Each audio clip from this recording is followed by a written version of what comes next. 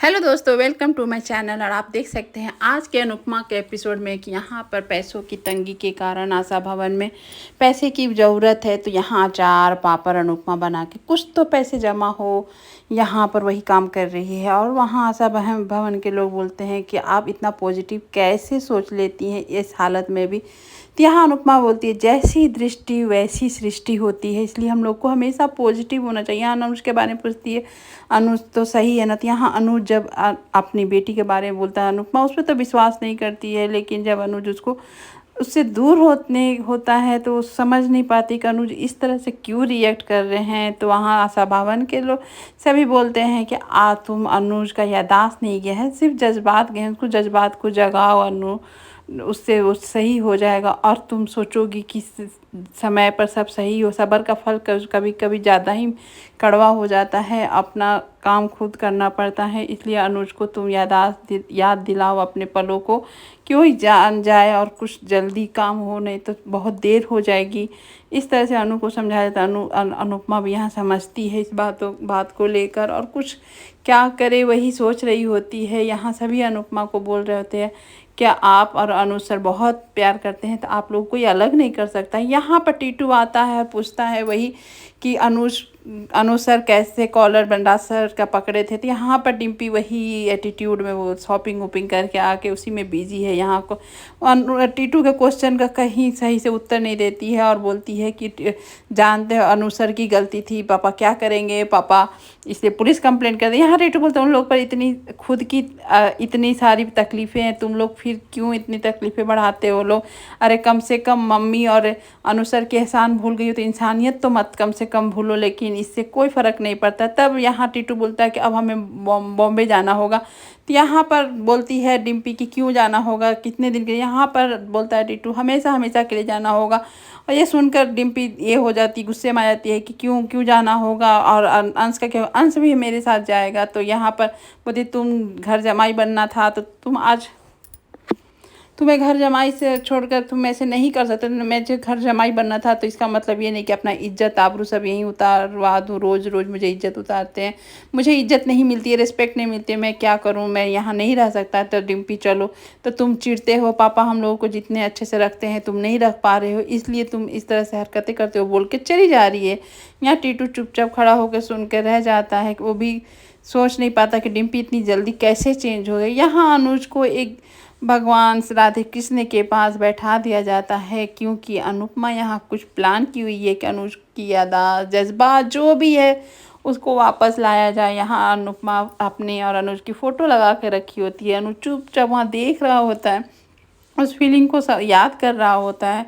और चारों तरफ ये माहौल देखकर अनुज भी समझ जाता हो या ना हो, लेकिन वो माहौल अनुपमा बनाती है कि अनुज को कुछ तो याद आ जाए कुछ तो। यहाँ आती है अनुपमा, डांस करती है। अनुपमा के जबकि पैरों में चोट लगी हुई है, फिर भी अनुज के लिए करती है लड़खड़ा कर, जैसे भी गिर कर, और रोती है पीठ पीछे और डांस भी करती है कि अनुज समझ जाए। अनुज को वो एहसास भी होता है कि हाँ, वो अनुपमा के एहसास में भी आ जाता है, और वो अनुपमा के बीते दिनों और अपने दिनों को याद करता है। अनुपमा डांस करती है, उसको हर डांस में ही अपने जीवन की हर एक बात को याद दिलाती है। लेकिन जैसे ही अनुपमा गिरती है, क्योंकि उसके पैरों में तो चोट लगी है उसी एक्सीडेंट को लेकर, तो अनुज को रहा नहीं जाता और आता है खड़ा होकर और अनुपमा को संभाल लेता। और ये मोमेंट देखकर सच में बहुत बहुत अच्छा लगता है कि अनुज कैसे भी याद में रहे, लेकिन अनुपमा को तकलीफ़ में नहीं देख सकता है।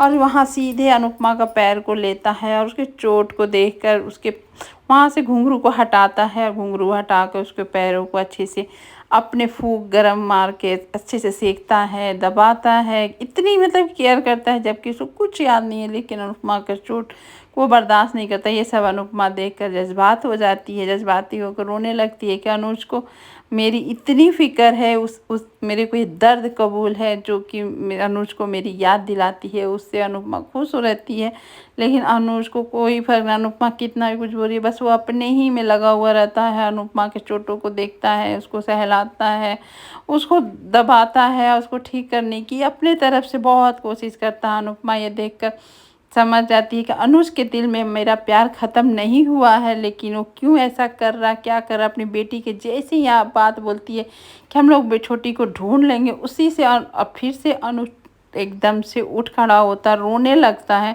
और वहाँ अनुपमा को छोड़ के फिर वहाँ से चला जाता है। ये देखकर अनुपमा तो थोड़ी खुश होती है कि पहला पत्थर है, मारे पहले बार पत्थर पर कुछ मारेंगे तो कुछ तो नहीं होगा, लास्ट पत्थर पर टिटलेन पहला पत्थर मारना ही मेरे काम आया। अनुज थोड़ा तो याद आया, चाहे वो मेरी केयर इतना करते ये तो समझ में आया। और उसके लिए वो कान्हा जी को धन्यवाद करती है कि मैं ऐसी कोशिश करते रहूँगी, कभी हार नहीं मानूँगी। यहाँ पर मीनाक्षी को लेने के लिए सागर आ चुका होता है एयरपोर्ट। यहाँ पर बनराज भी अपने ड्राइवर को मीनू को लाने के लिए भेजा रहता है, दोनों वेट करते हैं, लेकिन ड्राइवर फिर चला जाता है कि इतनी लेट हो गई बनराज सर से बात करने के लिए। यहाँ पर सर भी मीनू की स्वागत के लिए सब रेडी करते हैं, सब कुछ ये यहाँ पर सब रेडी होता है। यहाँ पर शादी की बात बोलती हैं, बाकी मैं मीनू की शादी करूँगी, तो यहाँ डिम्पी बोलती है कि क्यों आप करेंगी, वो अपने से करेंगी। नहीं, मैं पहले से बोल दी हूँ कि मैं ही शादी करूँगी अच्छे लड़के देखकर। तो यहाँ पर आपके बाकी बोलती आपके पसंद से करेगी, ये कैसे मालूम है।